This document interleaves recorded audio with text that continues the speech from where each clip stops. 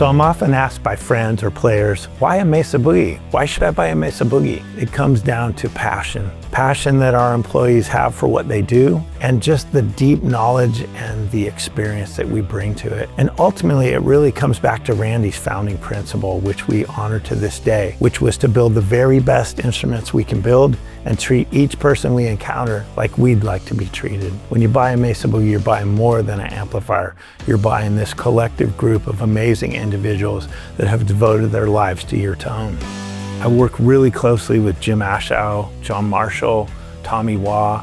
It's basically the four of us who were deeply mentored by Randy. My name is John Marshall. I am the Senior R&D Engineer here at MESA Boogie. I've been here for 31 years. When I started here, I was in the mechanical assembly department. I did play testing for over a year. I started bench testing V-twins, the pedals, which got me into working with Randy. The first real thing I did for him was laying out the board for the 2010 multi-watt dual, and then that expanded into design and some of his projects. Eventually we got to where he would start a project, get it to a point, and then hand it to me, and I would finish it off, making it ready for production. Randy and I would joke about this, is that I'm still the new guy. There is a reason that there have been this many people here for so long, and it's just the camaraderie. We're all creating something that's just really cool and influential. I've enjoyed it. I loved it. I have a lot of good friends here. I'm Tommy Waugh, product manager here at MESA Boogie and Gibson Amplifiers, and I've been here 28 years.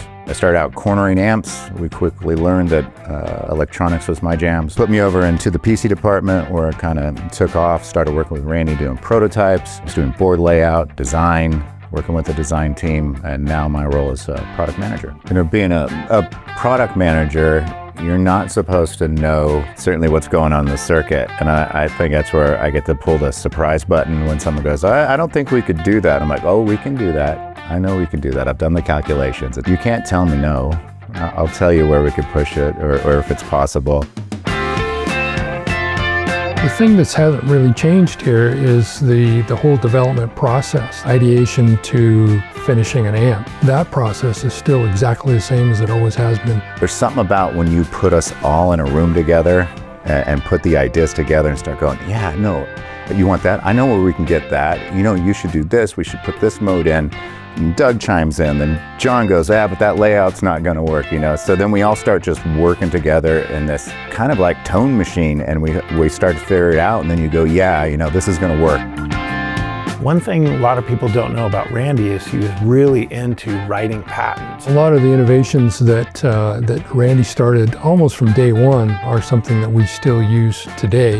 His first patent was the cascading gain, and then into channel switching. One of the more notable would be simulclass power, which runs two different classes of tubes simultaneously and gives you a really sweet tone, kind of the best of both worlds. The Road King was just something spectacular to have all those tube configurations switching in and out. I've never seen anything like that until Randy came up with it.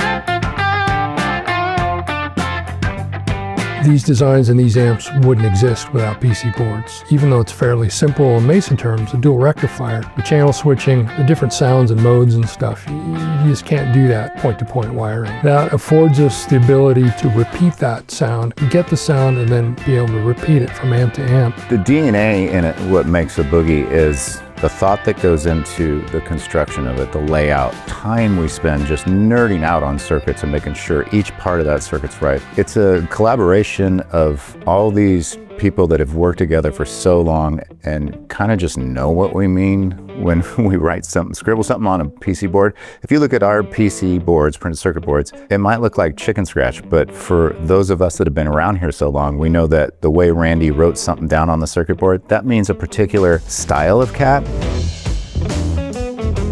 Now that it's up to John and I to carry the legacy forward, John's a guitar player, so I can speak a little differently to him than I did to Randy. The way that Doug and I work, which is what Randy and Doug had been doing for many years, is Doug's got the guitar, I've got the soldering iron. What does it need in terms of high-end, low-end, gain, mid-shaping, this and that? It's just trying different parts. You can do so much with measuring and an oscilloscope. It's basically all done with our ears. Okay, let's get some more mid-cut here, and we'll try parts and this kind of thing. It's very organic. There's things that he knows without me even saying it. He'll sometimes say the very thing I'm thinking. It's a great team we've ended up with, and we owe it all to Randy. So I think we both have that understanding that this is so much bigger than us.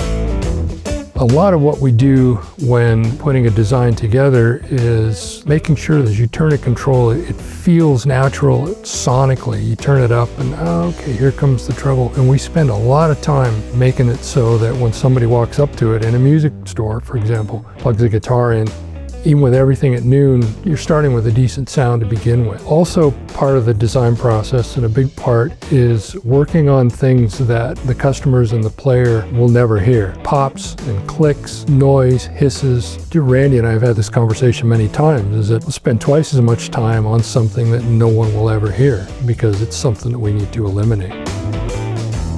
Once Doug and I have kind of worked through the tone, Doug and Jim will spend a lot of time with the construction of the cabinet, thickness of the wood being used, thickness of the baffle. If it's an open back cab, the height of the back, and then also the speaker selection. They're built like tanks. I've seen Mark Series amps roll out of the back of so many trucks. Our cabinets are like bulls, man. They take a beating. I've seen some cabinets out on the road that look like they were dragged to the concert. Putting thought into the construction of these things to know that they're gonna be around.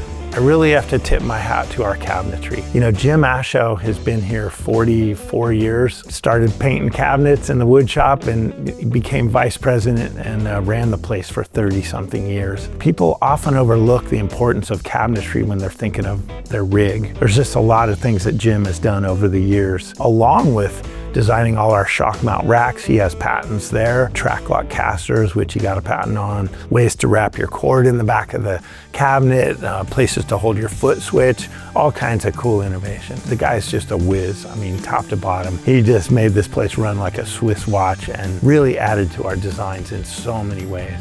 Is there a myth that I'd like to debunk? No, but there's a myth I'd like to solidify. There was an amp that had been sitting upstairs, and the next day it sounded better, and I couldn't figure out why. And what happened was a mouse had peed on the circuit board. So Randy had to figure out a way to recreate or simulate mouse urine on a circuit board, and he did that. 50 years in with Mesa Boogie, the foundation that Randy started back in the day is still the same foundation that we stand on now in terms of design and creativity. A lot of the ideas actually came from just questions like, what if, or how do we do this? I loved it because he would always say, oh, that can't be done. You gotta be kidding. And then he'd come back the next day with, you know, I was thinking about that. I think I can pull that off, you know, and I just loved it. It was a great relationship. The thing about Mesa Boogies is their instruments. They're actual instruments. You have to learn how to play them. Don't get frustrated if you don't get your dream tone the very first day. It's all in there. You just gotta spend the time like a great guitar, you know. It takes a while for the magic to come out and for you to develop a relationship with that instrument.